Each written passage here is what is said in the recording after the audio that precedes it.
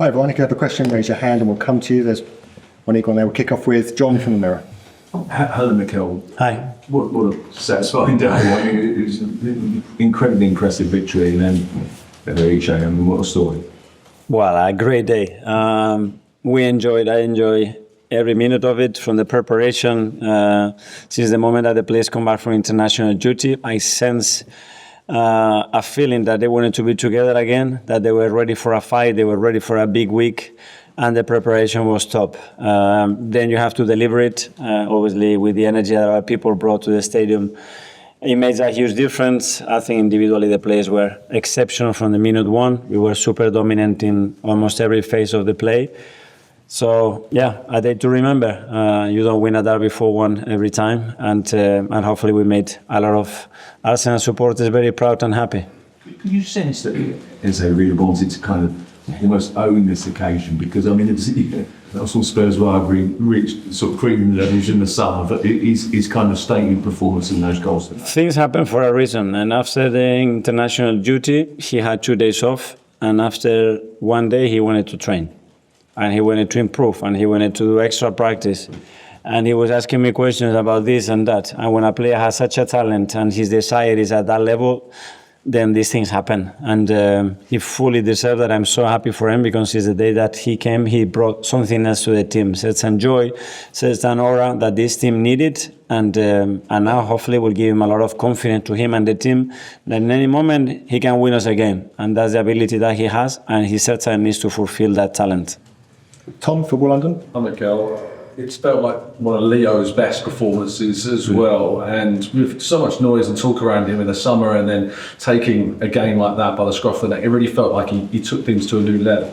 Yeah, for me, no, because for me it was forbidden for him to leave. No chance. I know the player that he is, and surrounded with the players that we have, he's a player that is going to make the difference for us. I fully agree. It was one of the best games, so aggressive with on the ball, so effective. He could have scored another 1 or 2 goals, and he was involved in so many positive actions. So that's what we need. As I said, I think individually the players were excellent today. James, CBS. Mikel, could you just reflect on Eberechi's quality of just pulling the trigger? He takes a lot of shots, and maybe was that something you were missing last season? Someone who just sort of sees the ball and hits the ball? Yeah, and he doesn't have to be perfect, and he can be right, left, ball on the ground, bouncing, ball at this height, and he takes it. And he has such a quality and capacity to finish actions in different ways that we need to play him very close to the box, because apart from that, obviously, for example, the ball that he put to Declan in the second minute, I think it was, to play him through and create that big chance, is exceptional. We need to play him in his qualities. The more he spends time there, the better for the team. Ed, Guardian. I'm going to go just on Ed. He's obviously had an amazing year, won the FA Cup at Palace, and has got his dream move. Do you sense in him a sort of a desire to keep going, keep achieving stuff and winning big? Yeah, well, that's what he showed from the beginning. And when he picked up the phone, I remember last summer, and he said he wanted to play for us and he wanted to be part of this team. You can really sense that. And hopefully he can enjoy today, and tomorrow he's ready for Bayern Munich. James, ESPN. You talked before about the importance of capitalising on the weekend to where your rivals lose. I mean, just how important is this result in the context of Liverpool and City not winning?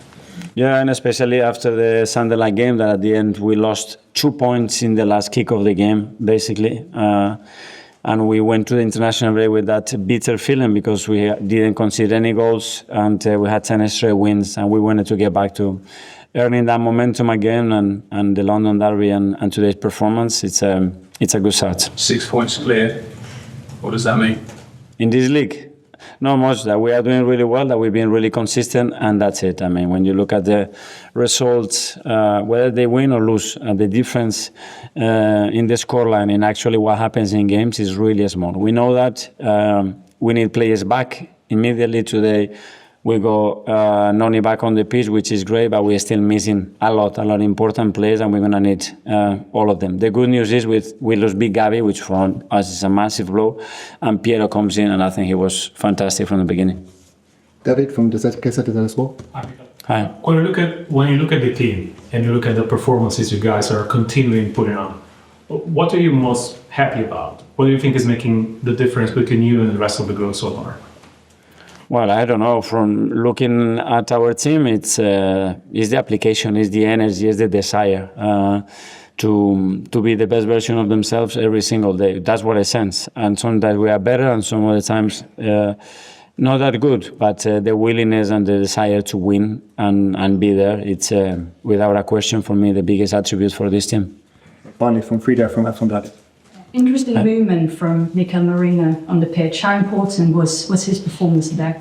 Yes, I think it was incredible again. And we are asking him to feel as a 9, and he's not a 9, and to do a lot of the things that a 9 has to do. But he's such an intelligent player, and his work ethic and his desire to contribute and make others better is that big. And at the end, those performances give you all the right reason to continue to trust him.